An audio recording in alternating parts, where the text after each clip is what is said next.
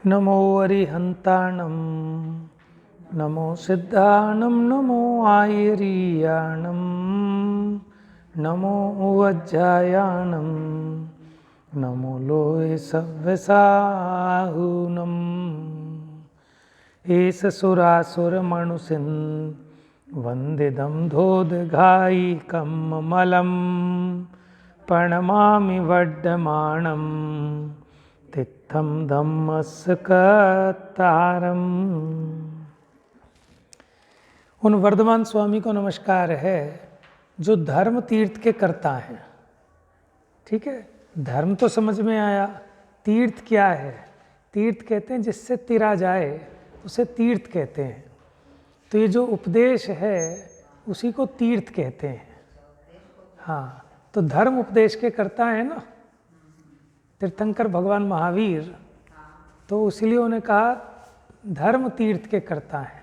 तीर्थ का मतलब उपदेश। और धर्म तो आत्मा की परिणति नहीं, ऐसा ये तो एक छोटा अर्थ हो गया आत्मा की परिणति। धर्म तो वस्तु का स्वभाव है, वस्तु का स्वरूप है। तो भगवान की वाणी में केवल आत्मा का स्वरूप नहीं आया, समस्त वस्तुओं का स्वरूप आया।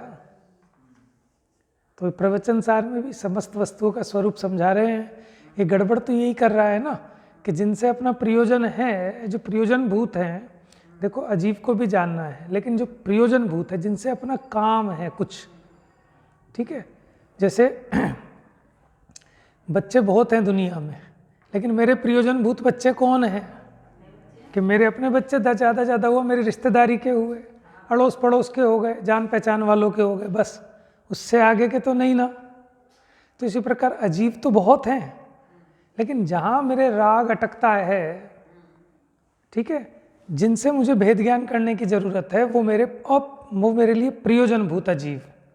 जैसे मुझे इस देह को समझना जरूरी है, ठीक है, मेरे जो संयोग हैं, ठीक है, जो मेरे संपर्क में आते हैं पुद्गल आदि पदार्थ, वो मेरे लिए प्रयोजन भूत है। और जो मेरे संपर्क में ही नहीं आते वो अप्रयोजन भूत है।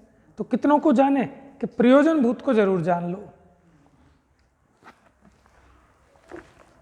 मतलब प्रयोजन भूत को जानकर उनकी स्वतंत्रता का विचार करके उनसे भेद ज्ञान। एक्चुअल में इसे अपनी गलती समझ में तभी आएगी, अभी अपनी गलती नहीं लगती। इसमें क्या है, इसमें क्या है? जब उसे समझ में आए कि इसका स्वतंत्र परिणमन होता है, ये भिन्न द्रव्य है, ये तेरे चाहने से नहीं चल रहा, और तू चाह रहा है इसलिए तू दुखी हो रहा है, क्योंकि तुझे लग रहा है कि मेरे बिना चलेगा कैसे, कि मैं नहीं कमाऊंगा तो मेरे बच्चे पलेंगे कैसे, मैं नहीं होता तो ये तो मर जाते, कैसे चलते, ऐसा लगता है ना जीव को। इसीलिए इसको मरण का भय लगता है। इसीलिए माने इसको अगर वो अपने हिसाब से नहीं चलें तो खेद खिन्न होता है कि हम इनके लिए मर गए और ये हमारी सुनते नहीं। तो जब इसे स्वरूप समझ में आता है तो अपने आप मोह लय को प्राप्त हो जाता है। तो इसलिए वस्तु विचारत ध्यावते मन पावे विश्राम, कि वस्तु का स्वरूप विचार करने पर मोह उत्पन्न नहीं होता, वो मोह नष्ट हो जाता है। वस्तु स्वरूप की खबर नहीं है, इसीलिए मोह चढ़ा हुआ है। वस्तु स्वरूप समझ में आ जाए तो मोह उत्पन्न ही ना हो। चलिए विषय को थोड़ा आगे बढ़ाते हैं। आपका कोई प्रश्न हो तो आप पूछ सकते हैं, बीच में भी पूछ सकते हैं। गाथा नंबर 9 हो गई थी कि ये आत्मा, देख लेते हैं, ये आत्मा जिस समय शुभ भाव रूप परिणमित होता है तो वह शुभ है, अशुभ भाव रूप परिणमित होता है तो अशुभ है, शुद्ध भाव रूप परिणमित होता है तो शुद्ध है। स्फटिक मणि का उदाहरण दिया था टीका में कि उसके आगे लाल फूल लगा तो वो लाल रूप परिणमित हुआ, उस समय वो लाल ही है। काला फूल लगाया, तमाल पुष्प, तो वो काले रूप परिणमित हुआ, तो उस समय उस काले रंग से तन्मय है, स्फटिक मणि काला ही है। और जब कोई बाहर में उपाधि नहीं है तो वो अपने शुद्ध भाव रूप से परिणमित हुआ। उसी प्रकार आत्मा माने जब शुभ भाव से परिणमित हुआ तो उस समय वो शुभ है, अशुभ से परिणमित हुआ अशुभ है, और आराग यानी रंग रहित यानी वीतराग भाव से परिणत हुआ तो वो आत्मा वीतराग है स्वयं। तो जीव का शुभत्व, अशुभत्व और शुद्धत्व सिद्ध किया। अब भावार्थ देखते हैं। आत्मा सर्वथा कूटस्थ नहीं है। समझ में आया? जैसे अध्यात्म के जोर में हम कह देते हैं कि मैं तो कूटस्थ हूं, कि वैसा का वैसे ही रहने वाला हूं, है ना। पर्याय तो परिणम गई, लेकिन मैं नहीं परिणमता, मैं तो वही का वही रहता हूं। तो इसको भी आप अपेक्षा से समझना, कथनचित समझना। सर्वथा ऐसा मत मान लेना। सर्वथा मानोगे तो फिर वो मिथ्यात्व हो जाएगा। इसलिए कह रहे हैं कि आत्मा सर्वथा कूटस्थ नहीं है। सर्वथा कूटस्थ हो तो फिर तो ये अशुद्ध भी नहीं हो और फिर शुद्ध भी नहीं हो। फिर आप क्यों तो स्वाध्याय करो, क्यों कोई संयम को ग्रहण करे, क्यों कोई मोक्ष का उपाय करे, क्योंकि आत्मा तो कूटस्थ है। और क्यों कोई नरकों से डरे, क्यों कोई स्वर्गों से माने पुण्य का काम करे। ठीक है, आत्मा सर्वथा कूटस्थ नहीं है। कूटस्थ समझते हो आप कि जैसे कोई खूंटा गाड़ दिया, अब वो हिलेगा नहीं, माने बिना परिणमन का, जिसमें कोई परिणमन ना होता हो, बिल्कुल सर्वथा वैसा का वैसे ही रहे। ठीक है, उसको कहते हैं कूटस्थ। किंतु स्थिर रहकर परिणमन करना उसका स्वभाव है। स्थिर रहकर परिणमन करना मतलब कि देखो पंखा चलता है कि नहीं चलता, बताओ। गर्मियों में तो चलता है ना, अभी तो बंद है। गर्मियों में चलता है ना, तो कितना चल लेता है घंटे में? हाँ, क्षेत्र से क्षेत्रांतर नहीं होता, इस अपेक्षा तो नहीं चलता। लेकिन अपनी ही धुरी पर परिणमित फंक्शनिंग तो चालू है इसकी, इस अपेक्षा चलता है। उसी प्रकार द्रव्य परिणमित तो होता है, लेकिन ऐसा परिणमित नहीं होता कि अपने स्वभाव को छोड़ दे और जड़ रूप हो जाए, कर्मों के साथ रला मिला हुआ अनादि काल से, कि थोड़ा थोड़ा कर्म रूप हो जाए।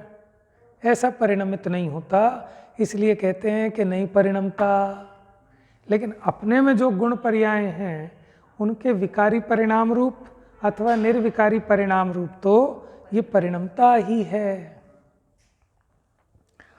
माने वाकई में प्रवचन सार पढ़ने के बाद आपको जैसे भगवान केवल ज्ञान से जानते हैं ना समस्त पदार्थों का स्वरूप, ऐसे आप इस श्रुत ज्ञान से जानोगे। तो इसलिए पंडित टोडरमल जी ने जो स्वाध्याय के लाभ गिनाए, उसमें एक लाभ ये गिनाया कि श्रुत ज्ञान के द्वारा केवल ज्ञान के विषयभूत पदार्थों का भी जानना होता है। समझ में? अब जैसे पुद्गल का परमाणु दम है अपने ज्ञान में कि उसको जान पाए, हाँ, लेकिन श्रुत ज्ञान के द्वारा जानते हैं ना, है केवल ज्ञान गम्य।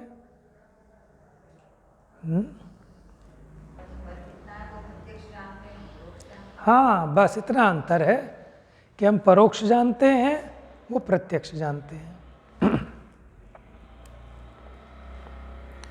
तो आत्मा का स्वभाव कैसा है? स्थिर रहकर परिणमन करना। इसलिए वह जैसे जैसे भावों से परिणमित होता है वैसा वैसा ही वह स्वयं हो जाता है। क्या कहा? जैसे जैसे भावों से परिणमित होता है वैसा वैसा ही स्वयं हो जाता है, क्योंकि वो भाव वो उसका ही तो स्वरूप है। जैसे स्फटिक मणि स्वभाव से निर्मल है, तथापि जब वह लाल या काले फूल के संयोग से माने उसके निमित्त से परिणमित होता है, तब वो स्फटिक मणि स्वयं ही लाल या काला हो जाता है। उसी प्रकार आत्मा स्वभाव से शुद्ध बुद्ध एक स्वरूपी होने पर भी व्यवहार से जब गृहस्थ दशा में सम्यक्त पूर्वक दान पूजा आदि शुभ अनुष्ठान रूप, अनुष्ठान का मतलब क्रिया, परिणमन, चारित्र, आचरण, ऐसे शुभोपयोग में, गृहस्थी में कोई सम्यक दृष्टि है वो भी तो शुभोपयोग में वर्तता है, और मुनि दशा में मुनिराज भी शुभोपयोग में वर्तते हैं। मूल गुण तथा उत्तर गुण इत्यादि शुभ अनुष्ठान रूप शुभोपयोग में परिणमित होता है। ग्रस्त दशा में भी माँ ये 28 मूल गुण हो गए और उत्तर गुण में धर्म आएंगे, 10 धर्म आएंगे। नहीं नहीं, उत्तर गुणों के तो बहुत भेद बनते हैं। उत्तर गुण कैसे होते हैं? जैसे आप कहते हो कि मुनिराज उद्दिष्ट आहार के त्यागी हैं, तो ये उत्तर गुण है। बाकी और ऐसे जितने आएंगे वो सब उत्तर गुणों में आ जाएंगे। जैसे हमने पढ़ा ना, हालांकि ये मूल गुणों में जो ऐषणा समिति है, ऐषणा समिति क्या है कि 32 अंतरायों को टाल कर भोजन करें, लेकिन फिर और उनकी जो बारीकियां होंगी वो सब उत्तर गुणों में आ जाएंगी। उत्तर गुणों के घात होने पर व्रत भंग नहीं होता, उसमें दोष लगते हैं। लेकिन अगर मूल गुण का ही घात हो जाए, माने मुनिराज कपड़ा पहन लें तो मूल गुण का ही घात है, तो फिर व्रत भंग हो जाता है।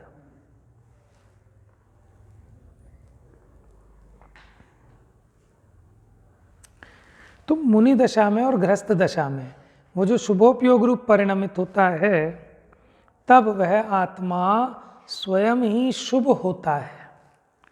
और जब मिथ्यात्वादी 5 प्रत्यय रूप, माने मिथ्यात्व, विरति, प्रमाद, कषाय, योग, अशुभोपयोग में परिणमित होता है, तब स्वयं ही अशुभ होता है।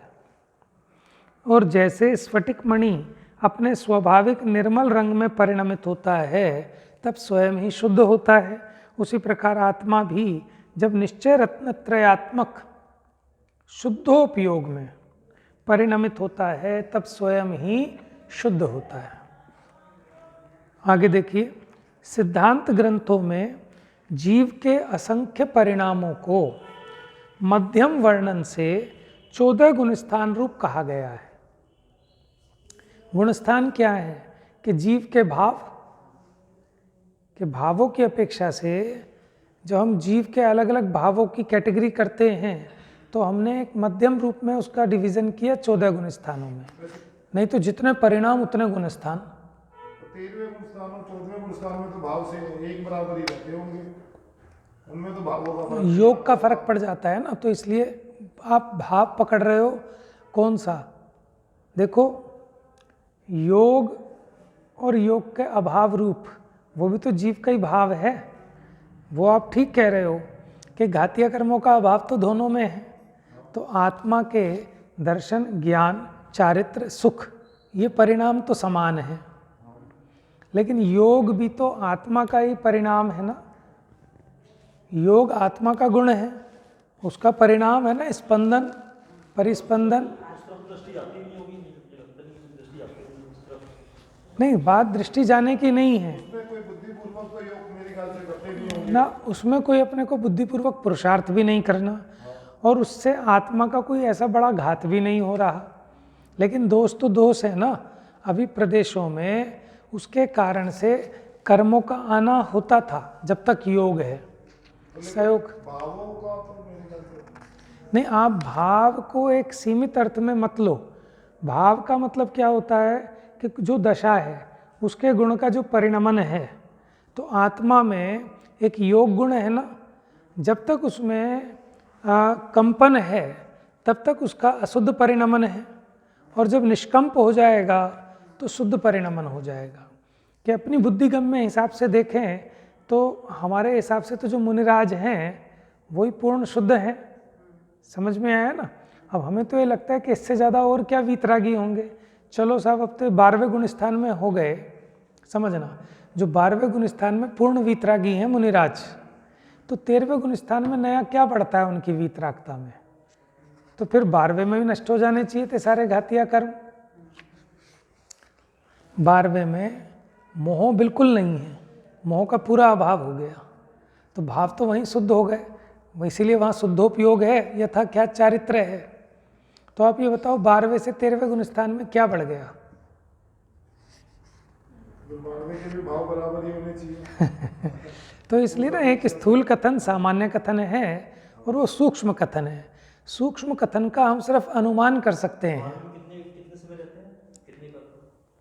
12वें का जो काल है अंतर मुहूर्त है, ठीक है, अब वो यथा योग्य है कि आप ये मत समझना है, उससे भी पहले। हाँ, और जो श्रेणी के जितने गुण स्थान हैं, माने 8वां 9वां 10वां 12वां, उन सबका मिलाकर भी अंतर्मुहूर्त, तो अंतर्मुहूर्त भी छोटा बड़ा होता है, ज़्यादा काल नहीं है। लेकिन 13वें गुण स्थान में तो 1 कोटि पूर्व तक भी विराजमान रह सकते हैं, उसमें 8 वर्ष एक अंतर्मुहूर्त कम, कि 8 वर्ष के होने पर उन्होंने सम्यक दर्शन आदि प्राप्त किया, दीक्षा ले ली, फिर केवल ज्ञान हो गया, और 1 कोटि पूर्व की आयु है मान लो उत्कृष्ट, तो वो 8 वर्ष कम कर दो, बाकी तो केवल ज्ञान सहित वर्तते रहे ना, तो 13वें गुण स्थान में तो इतना लंबा काल हो सकता है। 14वें गुण स्थान का काल छोटा है, 5 ह्रस्व अक्षरों के उच्चारण जितना समय लगता है, ठीक है, अ ई उ री री री, नहीं अ ई उ री री, इन 5 ह्रस्व अक्षरों के उच्चारण मात्र काल, वो भी अंतर्मूर्ति कहा जाएगा। 14वां गुण स्थान बस इतनी देर का है, ठीक है। उ री री री, ल के नीचे री, और एक लिलरी भी होता है, एक बड़ी भी होती है, एक छोटी भी होती है, लेकिन वो संस्कृत में कहे जाते हैं, हिंदी में शायद उसका यूज कम होता है, होता ही नहीं है। तो अब क्या कहना है कि कुछ बातें ऐसी हैं कि जो हम आगम प्रमाण से आज्ञा से मानते हैं, और कुछ ऐसी हैं कि जो अपनी बुद्धि में भाषित होती हैं। जैसे हम परिणाम के अर्थ में सिर्फ इतना ही लेते हैं कि जो हमारे मोहजनित परिणाम हो रहे हैं, हम तो उसकी मुख्यता से अपना वर्णन करते हैं, क्योंकि हमें वहीं पुरुषार्थ करना है कि दुख हो रहा है उस मोह भाव से हो रहा है, तो मोह भाव का अभाव हो गया, वीतराग भाव पैदा हो गया। अब ज्ञान का जो भाव है, 12वें और 13वें में अंतर ये हुआ कि ज्ञान का उन्हें पूर्ण भाव विकसित हो गया। 12वें में ज्ञान दर्शन का पूर्ण भाव नहीं था, अंतराय का, माने वो अभी उसके कारण उनकी शक्ति पूर्ण व्यक्त नहीं थी, अभी अनंत वीर्य प्रकट नहीं हुआ था, अब वो हो गया। देखा जाए तो कुछ नहीं बड़ा देखे तो 12वें में भी सुखी हो गए वो एक तरह से, क्योंकि दुख का कारण तो मोह था, तो उन्होंने दर्शन मोह चारित्र मोह का तो अभाव कर दिया, तो सुखी तो 12वें गुण स्थान में ही हो गए। लेकिन 13वें गुण स्थान में ज्ञानावर्णी दर्शनावर्णी अंतराय का अभाव होने पर और विशेष शुद्धता हुई। तो योग निरोध किसे कहते हैं कि ये जो योगों में सकंप दशा थी, अब ये अकंपता हो जाती है, योगों का निरोध कर लेते हैं, और वो काल तो बहुत अल्प है, ठीक है, बहुत ज़्यादा हम समर्थ भी नहीं है उसका स्पष्टीकरण करने में।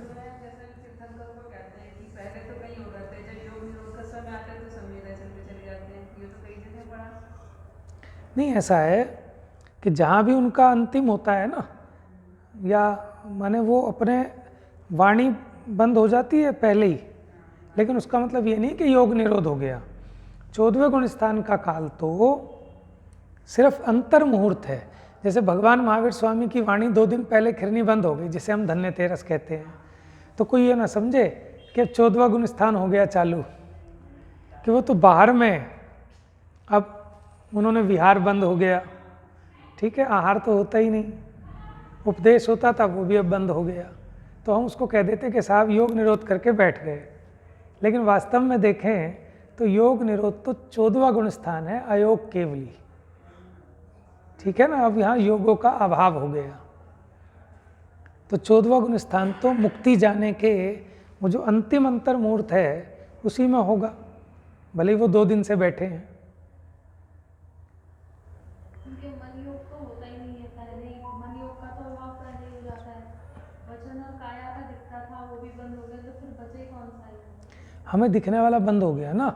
योग का मतलब क्या है कि आत्मा के प्रदेशों में 2 प्रकार का योग का, द्रव्य योग और भाव योग। एक प्रदेशों का कंपनपना, वो तो द्रव्य योग है, और भाव योग क्या है कि आत्मा में कर्मों को ग्रहण करने की एक शक्ति विशेष है, उसको कहते हैं भाव योग, ठीक है।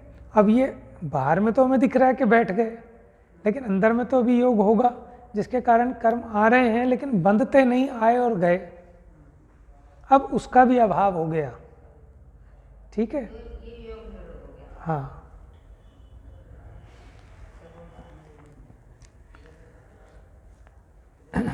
लेकिन ऐसा है, अभी जितना उपलब्ध साहित्य है ना, हम तो उसको भी नहीं पढ़ पा रहे हैं।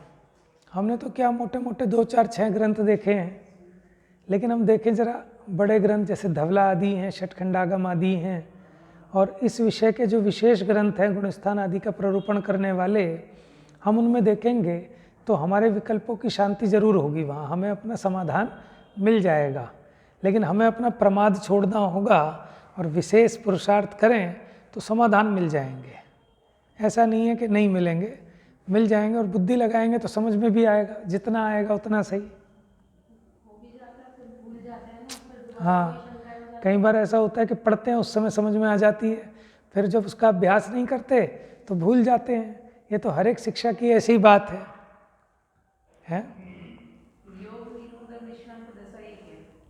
योग निरोध और देखो एक बात और है कि अब यहाँ से अब अयोग केवली तो हो गए, लेकिन अब यहाँ से जाएंगे नहीं जाएंगे ऊपर आत्मा के प्रदेश, तो गमन तो होगा। भले ही अयोगी हो गए लेकिन गमन तो हो रहा है ना अभी उनका। तो वास्तव में तो सिद्ध दशा में कहने में आता है कि अब निष्कंप हो गए। निष्कंप तो वहीं हुए सिद्ध दशा में एक तरह से। तो इसलिए अपेक्षा दोनों समझ लेना, क्योंकि उस अपेक्षा सिद्ध दशा में क्या कहने में आता है कि एक सिद्ध भगवान ही है कि जो निष्कंप है। हम वो पढ़ते हैं ना, अब वो वैसा गमन भी नहीं बचा। देखो मुनिराज माने जैसे नेमिनाथ भगवान, अब वो जंगल में गए, ठीक है, तब उन्होंने वहाँ पालकी से उतरे, अपने माने उनके केस इतने सुंदर, इतने मजबूत, ठीक है, और इतने मजबूत कि टूट नहीं सकते, किसी के मजाल है एक बाल तोड़ नहीं सकता, इतने मजबूत। और वो अपनी पंचमुष्टि से, उनकी ताकत देखो आप। एक बार वो कृष्ण की पत्नी थी, कौन सी सत्यभामा है किसने, उसने कुछ कह दिया, जब उन्होंने कहा कि मेरा जो वस्त्र है इसको धो दो, तो वो अकड़ गई कि मैं तो अपने बाप की नहीं, माने वो क्या कह रही थी कि जो 3 खंडाधिपति है उनकी हिम्मत नहीं कि मेरे से कह दें कुछ धुलवाने के लिए, कुछ आज तक उनने नहीं कही, तुम कहाँ के आ गए। तो थोड़ा सा उनको नेमिनाथ जी को रोष आया, उन्होंने गए, और वो शंख की कह रही थी ना कि वो नाक सैया पे बैठ कर शंख बजा देते हैं, और उन्होंने तो अपनी नाक से ही फूंक दिया। श्री कृष्ण तो मुंह से फूंकते होंगे शंख, शंख बजाने में ताकत चाहिए, नया आदमी नहीं बजा पाएगा, पूरी अंदर की एक फेफड़े की हवा और पूरी ताकत लगा के बजाना पड़ता है। वो तो लेकिन देवो पुनीत था, उसे तो उस नारायण के सिवाय कोई बजा ही नहीं सकता था। और नाग शैया पे लेटना और उस धनुष को उठाना, और पैर से, वो जो हाथ से चक्र चलाते थे उनके तो पैर पे चक्र चला दिया उन्होंने। तो ये देखकर एकदम पूरे उसमें हाहाकार सा मच गया जब उस शंख की आवाज़ आई और उसकी, तब श्री कृष्ण को चिंता हुई कि इनके रहते हुए मेरी गद्दी सुरक्षित नहीं है। ठीक है, देखो कैसा कैसा है जीव को, कहाँ कहाँ कैसी कैसी कषाय रह जाती है। तब इसीलिए उन्होंने वो छल प्रपंच सब रचा था कि उनको बसंत उत्सव में ले गए, फिर उसको राजी किया शादी करने के लिए कि राग रंग में, और कृष्ण को पता था कि इस तरह ही विरक्त होंगे ये, ठीक है ना। तो सारी प्लानिंग सब ऐसे ही होती है। चलिए,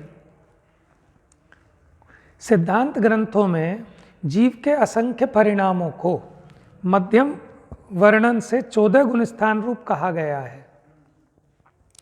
उन गुणस्थानों को संक्षेप से उपयोग रूप वर्णन करते हुए प्रथम 3 गुणस्थानों में तारतम्य पूर्वक घटता हुआ अशुभोपयोग,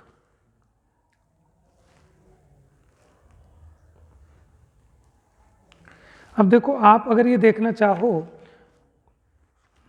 तो ये जो विषय है ये जैसेनाचार्य ने कहा है, द्रव्य संग्रह में भी आया ये, ब्रह्मदेव सूर्य की टीका में, और समय सार जी में जो जैसेनाचार्य की टीका है उसमें भी ये विषय कई जगह आया। देखो क्या कहते हैं कि प्रथम 3 गुण स्थानों में घटता हुआ अशुभोपयोग, यानी पहले में बहुत अधिक है अशुभ उपयोग, पहले गुण स्थान में, दूसरे में कम होगा, तीसरे में और कम होगा, घटता हुआ अशुभोपयोग। चौथे से छठे गुण स्थान तक तारतम्य पूर्वक बढ़ता हुआ शुभोपयोग। चौथे से अधिक शुभोपयोग पांचवें में, पांचवें से अधिक छठे में। सातवें से 12वें तक तारतम्य पूर्वक शुद्धोपयोग, थोड़ा बढ़ता हुआ। तो इसका मतलब एक अपेक्षा अगर यहाँ देखें तो 7वें से नीचे तो शुद्धोपयोग है ही नहीं। तो इसलिए हमें किसी से लड़ना झगड़ना नहीं, अपेक्षाएं हैं अलग अलग। कि कोई अगर ये कहता है कि 7वें गुण स्थान से शुद्धोपयोग होता है तो उसकी विवक्षा भी ठीक है। कोई ये कहे 7वें में नहीं होता, 12वें में होता है, क्योंकि जब तक मोह का कण भी है तो उपयोग शुद्ध कहाँ है। तो जब मोह नष्ट हो जाता है 10वें गुण स्थान के अंतिम समय में, तब 11वें गुण स्थान और 12वें गुण स्थान, तब आप कहो कि शुद्धोपयोग है। तो किसी अपेक्षा वहाँ भी ऐसा कहा कि शुद्धोपयोग 11वें 12वें में होता है। और कहीं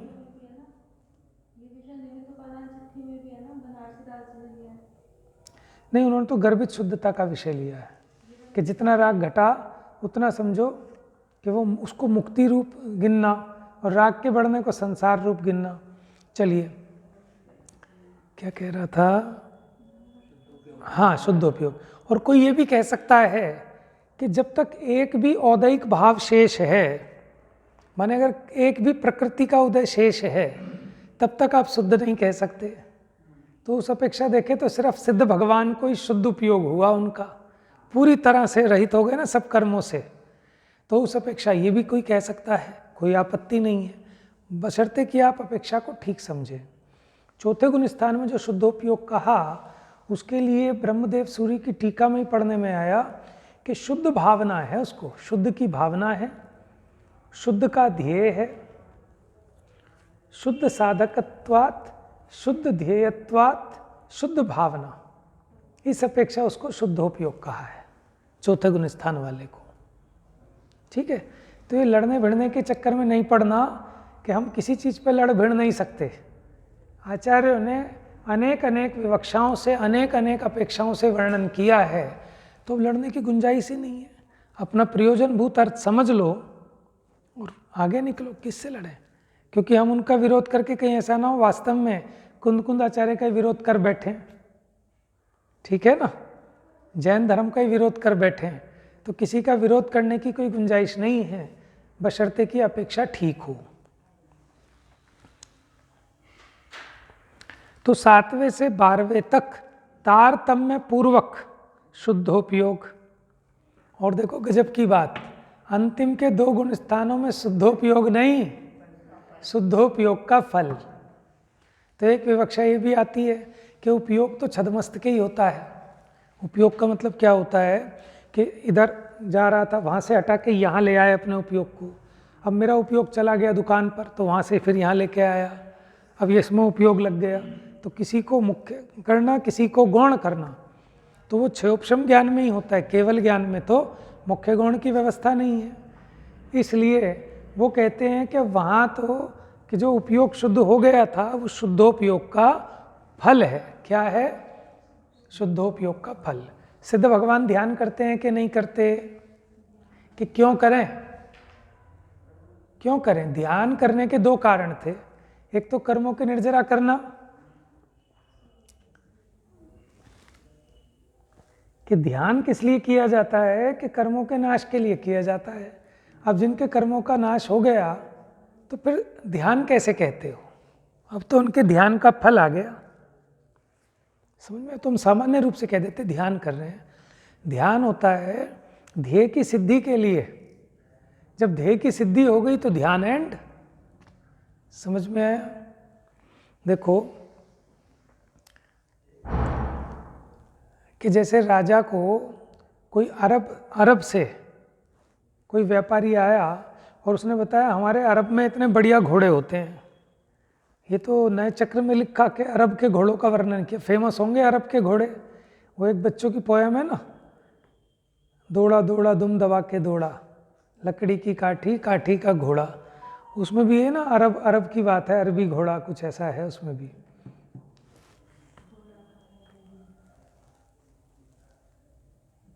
थोड़ा साइज बड़ा होता है उनका। हाँ चलो, अब हमने बताया, उसका वर्णन किया, तो आप उसके ध्यान, आपके ध्यान का विषय बनेगा कि भाई बड़े अच्छे होंगे वो अरब के घोड़े, ऐसा वैसा, आपके ध्यान का ध्येय बनेगा वो, ठीक है। लेकिन जब उसने लाके आपके राज दरबार में खड़ा कर दिया, अब किसका ध्यान करें? समझ में आया? वो जो नवविवाहित पत्नी है वो दूर बैठी है यहाँ से 100 किलोमीटर दूर, तब तो वो जो वर है वो उसका ध्यान करे, लेकिन अब जब वो आँख के सामने है तो अब किसका ध्यान करे? प्रत्यक्ष को ध्यान की क्या आवश्यकता? जो परोक्ष है उसी का तो ध्यान होता है। तो अनेक अनेक विवक्षाएं हैं जिनागम में, तो जहाँ जहाँ जो जो योग्य है तहाँ समझबूते, जहाँ जो जिस अपेक्षा कथन है आप उसको उस अपेक्षा से समझेंगे तो कहीं कोई विरोध नजर नहीं आएगा। देखो, जिसने अपने चित्त में स्यादवाद को ग्रहण किया है उसका हृदय इतना उदार होगा कि कितने ही कथन आ जाएं वो सबको पचा लेगा, और जिसके भीतर में स्यादवाद नहीं है, ठीक है, वो लड़ता फिरेगा कि नहीं ये गलत, नहीं वो गलत, नहीं ये गलत, और स्यादवादी तो उसकी अपेक्षा को समझ के ओके ओके ओके, तो कोई झगड़े की जड़ नहीं, अपने ज्ञान का विकास करेगा, और अज्ञानी अपने ज्ञान के विकास के मार्ग को बंद कर देता है। यही तो अंतर है कि समझदार व्यक्ति पूछता है, भाई साहब आप ये जो बात कह रहे हो ये क्यों कह रहे हो ऐसा, ये पूछता है, और अज्ञानी आदमी उसका सर फोड़ने को तुलता है।